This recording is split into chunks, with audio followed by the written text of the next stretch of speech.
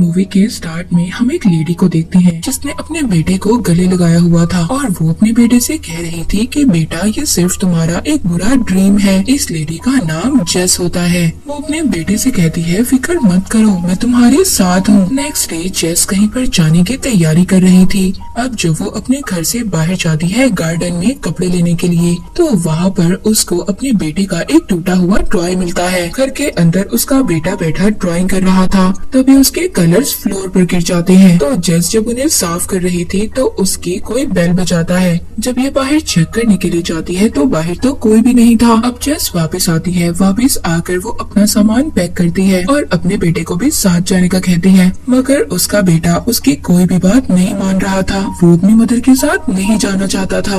अब जब उसका बेटा बात नहीं मान रहा था तो वो अपने बेटे को घर पर ही छोड़ देती है और खुद अकेले ही चली जाती है। जेस अपने फ्रेंड के पास आई थी। उसका फ्रेंड पूछता है जेस तुम्हें क्या हुआ, तुम क्यों परेशान हो? तो वो कहती है मैं परेशान नहीं हूँ, सिर्फ थोड़ी सी थकावट है और कुछ भी नहीं। उसका फ्रेंड वहाँ पर उसको अपने और दोस्तों से मिलवाता है। अब इन्होंने वेकेशंस मनाने के लिए जिस बोट पर जाना था उस बोट का नाम ट्रायंगल था और इस बोट में जेस के साथ साथ और भी बहुत सारे फ्रेंड्स थे। जेस बोट में जाते हुए सो जाती है। वहाँ पर उसको एक ड्रीम आता है कि वो एक बीच पर है, पर तभी वो डरकर जाग जाती है। तभी उसकी फ्रेंड उसके पास आती है। वो पूछती है जेस क्या हुआ? वो कहती है शायद मैंने कोई बुरा ड्रीम देखा और कुछ भी नहीं। दूसरी तरफ हम जेस के फ्रेंड ग्रेग को देखते हैं। उसके पास उसका फ्रेंड आता है। वो कहता है जेस तो अपने साथ अपने बेटे को लाने वाली थी ना, तो वो इस वेकेशंस में अपने बेटे को क्यों नहीं लाई? इस बात पर ग्रेग कहता है कि उसने मुझे कहा कि उसका बेटा स्कूल गया हुआ था,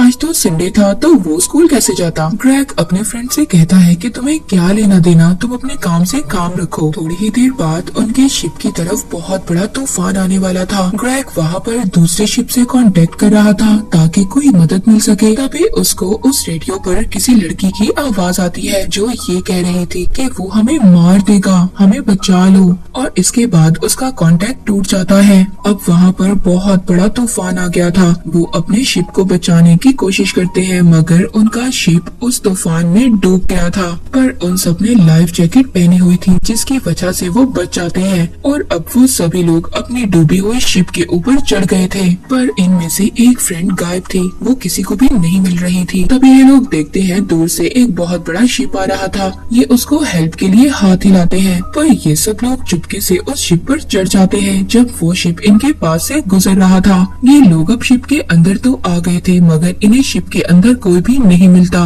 पूरा शिप बिल्कुल खाली था। जेस जब इस शिप को देख रही थी तो वो अपने फ्रेंड ग्रेग से कहती है मुझे ऐसा लगता है कि मैं पहले भी यहाँ पर आ चुकी हूँ। वहाँ पर जेस के जो बाकी फ्रेंड थे वो वहाँ पर पिक्चर देखते हैं जिस पिक्चर में इस शिप की पिक्चर बनी हुई थी और उसी के साथ एक किंग की पिक्चर भी थी जिसके नीचे ये लिखा हुआ था कि उस किंग ने मौत के देवता से अपनी जिंदगी वापस मांगी थी कि हमेशा हमेशा के लिए वो इस दुनिया में ही रहेगा। वो इमॉर्टल होना चाहता था। तो मौत के देवता ने उसको कहा कि तुम एक बहुत बड़े पहाड़ पर एक बहुत बड़ा पत्थर लेकर जाओगे, अगर तुमने ऐसा कर दिया तो तुम हमेशा हमेशा के लिए जिंदा हो जाओगे, तुम इस दुनिया में रह सकते हो।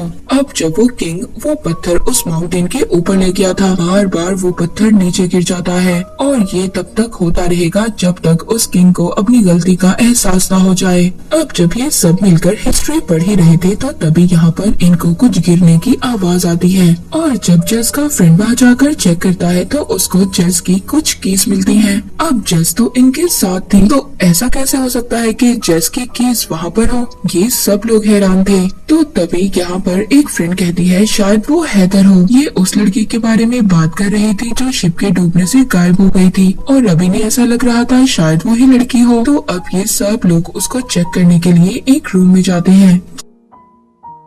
जब ये उस रूम में जाते हैं तो ये देखकर हैरान हो गए थे। वहाँ पर बहुत सारी खाने की चीजें थी। ऐसा लग रहा था कि जैसे ये चीजें किसी ने अभी अभी रखी हो। जेस का फ्रेंड जब वहाँ पर उससे टाइम पूछता है तो जेस की घड़ी 8:30 पर रुक गई थी जबकि उसके फ्रेंड ग्रेग की घड़ी 11:30 पर रुक गई थी। पर तभी वहाँ पर अचानक से जेस को कुछ नजर आता है और तभी ये लोग उसको देखने के लिए जाते हैं। इनके दो फ्रेंड्स अभी भी इसी रूम में थे। जेस और ग्रेग जब दोनों खड़े बातें कर रहे थे तभी उन्हें एक रूम से आवाज आती है। ये रूम को चेक करने के लिए जाते हैं तो वहाँ पर मिरर पर ब्लड से लिखा हुआ था गो टू द थिएटर। ये लोग अब थिएटर में चेक करने के लिए जाते हैं। जेस अपने फ्रेंड ग्रेग को मना कर रही थी। वो कहती है ग्रेग वहाँ पर मत जाओ, हो सकता है वहाँ पर कोई खतरा हो। उसका फ्रेंड उसकी बात नहीं मानता और थिएटर के अंदर चला जाता है। तभी जेस उसी रूम में वापस आ गई थी जहाँ पर उनको फ्रेश खाना मिला था। पर जेस जब वापस आती है तो वो जगह देखकर हैरान हो गई थी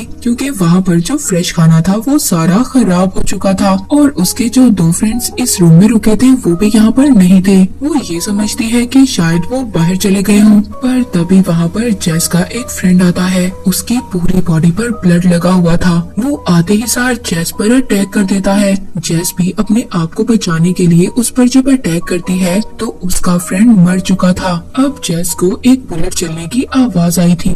ये फौरन से भागकर थिएटर की तरफ जाती है। जब ये जाकर देखती है तो इसके फ्रेंड ग्रेग को भी किसी ने शूट कर दिया था। उसकी एक फ्रेंड बहुत ज्यादा रो रही थी और वो कहती है जेस तुम जानती हो ग्रेग ने मरने से पहले क्या कहा था? उसने हमें बताया कि जेस ने मुझे शूट किया है। जेस कहती है कि मैंने ऐसा बिल्कुल भी नहीं किया, मैं क्यों ग्रेग को मारूंगी? तभी उसका दूसरा फ्रेंड कहता है तुम्हें तो हमारे पास उस रूम में आई थी ना, तुम्हें ने कहा था ना कि ग्रेग हमें बुला रहा है और इसीलिए हम तुम्हारे कहने पर यहाँ पर आए थे। पर जेस को कुछ भी समझ नहीं आ रहा था कि उसके साथ आखिर हो क्या रहा है। तभी वहाँ पर एक अनजान आदमी उसके बाकी दो फ्रेंड्स को भी शूट कर मार देता है। जेस वहाँ से भागती है। किलर भी जेस का पीछा कर रहा था पर अब उसकी बुलेट्स खत्म हो चुकी थी। जेस उससे बचकर भाग रही थी। पर तभी वहाँ पर जेस को एक कुल्हाड़ी नजर आती है। ये उस कुल्हाड़ी को अपने पास रख लेती है। तभी वहाँ पर वो किलर उसके पीछे आ गया था। जेस उस पर अटैक करती है, उसको इंजर्ड कर देती है। उससे पूछती है कि तुम कौन हो,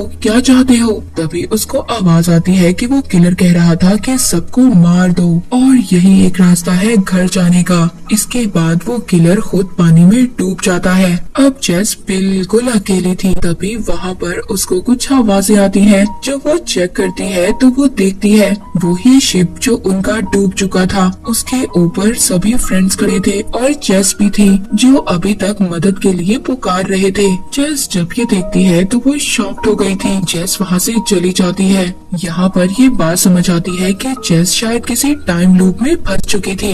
उसके सभी फ्रेंड्स इस शिप के अंदर आ गए थे। जेस भी इस शिप के अंदर थी और ये सब कुछ वो छुपकर देख रही थी। अब बिल्कुल वैसा होता है जैसा हमने थोड़ी देर पहले देखा इसके फ्रेंड्स के साथ क्या हुआ। और जो रियल जेस थी वो यही थी जो छुपकर देख रही थी। ये सब देखकर वो हैरान हो गई थी कि आखिर उसके साथ हो क्या रहा है। और अब इसी परेशानी में उसकी चाबी नीचे गिर जाती है। वो भागकर दूसरे रूम में आती है। जैसे वहाँ पर जेस ने रियल जेस को देखा था कि वहाँ पर कोई है और उसका फ्रेंड उसका पीछा करने के लिए चला गया था जिसने जेस पर अटैक भी किया था। वो रियल जेस से मिलता भी है और रियल जेस ने उसको सब कुछ बताया भी था पर वो कोई भी जेस की बात नहीं सुन रहा था। तभी जेस उसको धक्का देती है जिसकी वजह से उसके फ्रेंड का सर एक हैंडल पर लगता है और वो वहीं पर इंजर्ड हो गया था। जेस भागकर एक रूम में आती है। वहाँ पर उसको बहुत सारे पेपर्स मिलते हैं जिसमें लिखा हुआ था कि सबको मार दो जब वो लोग शिप पर होंगे। जेस वो लाइन दोबारा से उसी पेपर पर लिख देती है। जेस को वहाँ पर अपने बहुत सारे लॉकेट्स भी नजर आते हैं जिससे जेस को ये बात समझ आ गई थी कि वो किसी टाइम लूप में फंस चुकी है।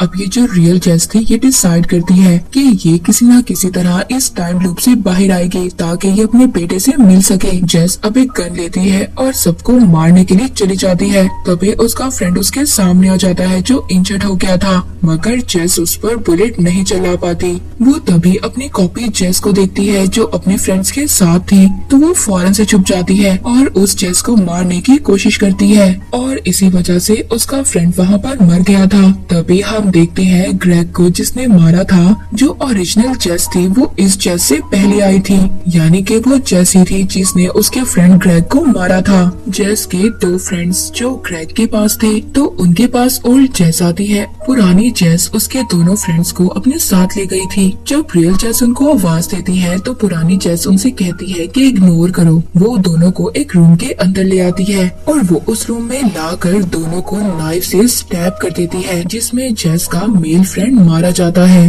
और जेस की फ्रेंड जो बच गई थी वो जल्दी से कंट्रोल रूम के अंदर जाती है और वहाँ पर रेडियो पर इन्फॉर्म करती है कि वो हमें मार रही है। और उसकी ये आवाज जेस के फ्रेंड ग्रेग ने सुनी थी, जैसा हमने पहले देखा था। यानी कि यहाँ पर एक लूप तो कंप्लीट हो चुका था। तभी ग्रेग को वहाँ पर तूफान की आवाज भी आई थी।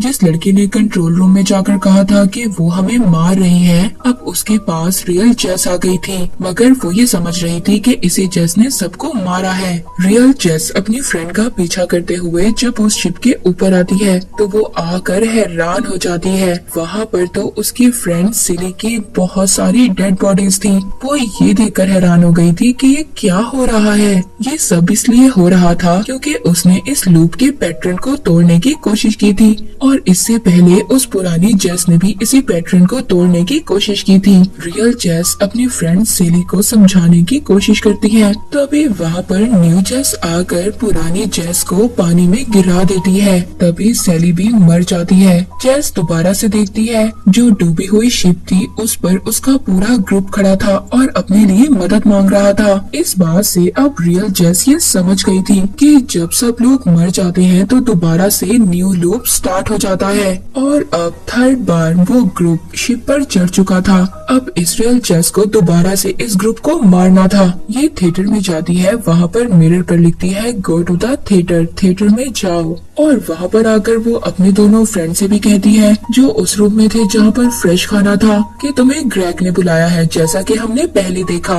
अब जेस जल्दी से जाकर थिएटर में सबसे पहले अपने फ्रेंड ग्रेग को शूट करती है और अब यहाँ पर उनके ग्रुप की न्यू जेस भी थी। तभी ये वहाँ पर अपने दोनों फ्रेंड्स को भी शूट कर देती है। जैसा कि हमने पहले देखा था कि जेस एक अनजान किलर से बचकर भाग रही थी और अब भी ऐसा ही होता है। न्यू जेस रियल जेस से डरकर भाग रही थी। रियल जेस भी न्यू जेस के पीछे जाती है। रियल जेस को ये लग रहा था कि ये अपने सारे ग्रुप को मारकर और जेस को भी मारकर इस लूप को तोड़ देगी, मगर ऐसा नहीं होता। जो न्यू जेस थी उसने रियल जेस को पानी में गिरा दिया था और मरने से पहले जो रियल जेस थी वो न्यू जेस के सामने वही लाइन कहती है जो पुरानी जेस ने इस जेस के सामने कहा था कि सबको मार दो। और फिर यहीं से ये लूप स्टार्ट हो जाएगा। कुछ टाइम के बाद अब हम रियल जेस को देखते हैं जो एक बीच पर थी और ये बीच बिल्कुल सेम वैसा ही बीच था जो हमने मूवी के स्टार्ट में देखा जब जेस को ड्रीम आया था, उसी ट्रायंगल शिप में जब जेस सो रही थी।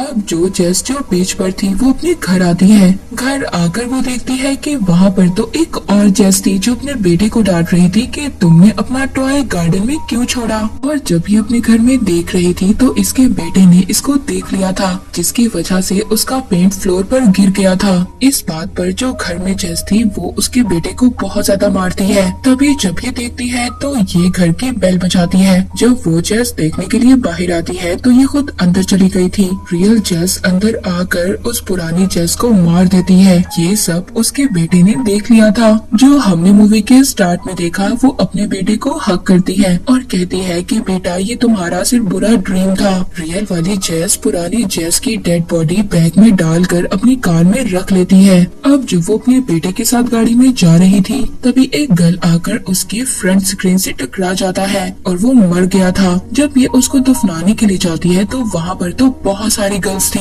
यानी कि इसका मतलब ये था कि इस रियल जेस के आने से पहले यहाँ पर बहुत सारी जेस आई थी। ये बहुत ज्यादा घबरा गई थी और जल्दी से यहाँ से चली जाती है। इसकी कार पर जो ब्लड लगा हुआ था इसका बेटा देखकर बहुत ज्यादा परेशान हो रहा था। इसी बात पर जेस का ध्यान हट जाता है और उसकी कार एक ट्रक से टकरा जाती है। उनका एक्सीडेंट हो गया था। उस एक्सीडेंट की वजह से जेस और उसका बेटा मर गए थे, मगर जो जेस मरी थी वो रियल नहीं थी। रियल जेस बच गई थी। उसके पास एक टैक्सी ड्राइवर आता है। उससे वो सवाल करता है मैडम क्या आप ठीक हैं? तो वो हाँ में जवाब देती है कि मैं ठीक हूँ। रियल जेस टैक्सी में बैठकर उसी जगह पर जाती है जहाँ से ये ट्रायंगल शिप में बैठकर जाने वाली थी, ताकि ये लूप को दोबारा से स्टार्ट कर सके अपने बेटे को वापस लाने के लिए। वो टैक्सी ड्राइवर कहता है मैडम मैंने अपना मीटर बंद कर दिया है, क्या आप दोबारा से यहाँ पर आएंगी? तो जेस कहती है कि हाँ मैं दोबारा से यहाँ पर आऊंगी। अब जब वो वहाँ पर शिप पर जाने के लिए आती है तो उसको उसका वही फ्रेंड मिलता है जो पूछ रहा था कि क्या तुम अपने बेटे को अपने साथ नहीं लाई। तो वो कहती है कि वो स्कूल गया हुआ था।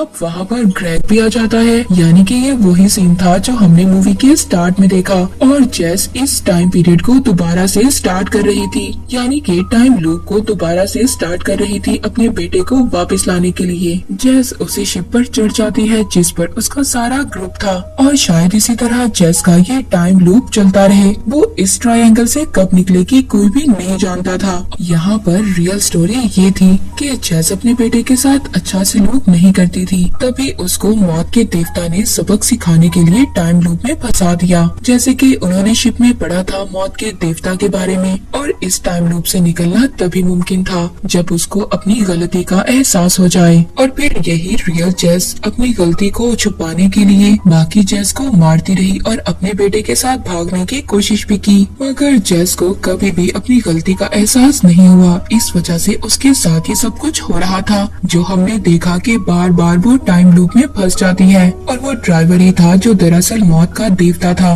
जो बार बार उसको वही शिप पर लाकर छोड़ देता था। और इसी के साथ ही मूवी यहीं पर एंड हो जाती है।